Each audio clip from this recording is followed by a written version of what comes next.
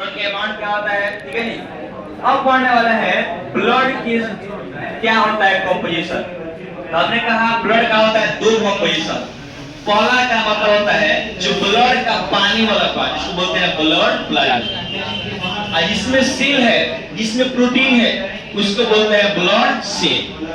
अब देखिए, तो ब्लड प्लाज्मा पूरे ब्लड का 55% होता है।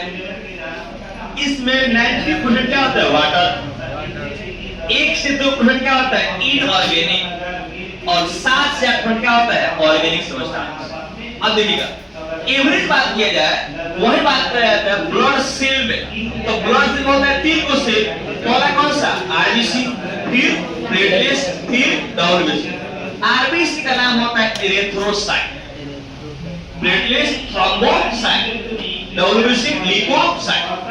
अगर कहा जाए सबसे ज्यादा मात्रा में कौन है, क्या बोलिएगा आरबीसी, फिर डब्ल्यूबीसी, फिर प्लेटलेट्स। अगर एवरेज को बोले कि पूरे वर्ग के ब्लड कंपोजिशन, तो बोलिएगा आप नंबर ब्लड में सबसे ज्यादा मात्रा में क्या होता है कार्बोहाइड्रेट, फिर प्रोटीन, फिर यूरिया, फिर लिपिड, फिर इलेक्ट्रोलाइट, फिर लिपिड क्या होता है कैल्शियम।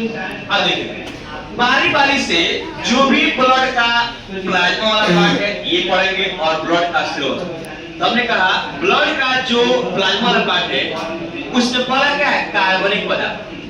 कार्बनिक में आता है आपका प्रोटीन, क्या आता है प्रोटीन। अब देखिए इसमें 3 प्रकार का होता है प्रोटीन।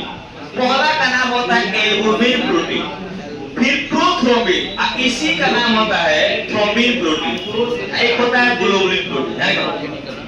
तो एल्बुमिन का काम होता है हमारे बॉडी में साल्ट और पानी की मात्रा को बैलेंस करना, और साल्ट और पानी की मात्रा को बैलेंस करना को हम लोग बोलते हैं क्या ऑस्मोरेगुलेशन।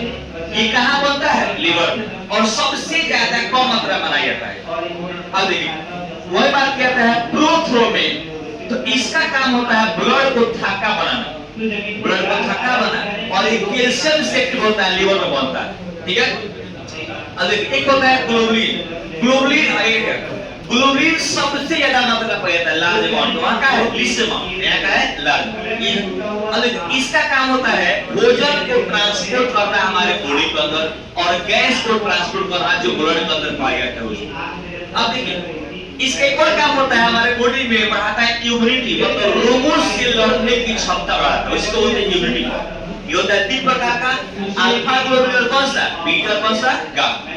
अब देखिए एक वर्ष क्या आता है इनऑर्गेनिक अकार्बनिक, जिसमें आयंस की मात्रा हो हमारे ब्लड के अंदर। तो हमारे ब्लड होता है 2 प्रकार का, एक होता है डायवैलेंट, होता है मोनोवैलेंट। जिसमें एक आयन उसको बोलेंगे मोनोवैलेंट। उसमें कौन है, कौन सा है क्लोराइड, फिर कौन सा सोडियम, फिर कौन सा पोटेशियम। इसमें 2 आयन कौन सा डायवैलेंट, कौन सा फिर असल कौन सा, ठीक है।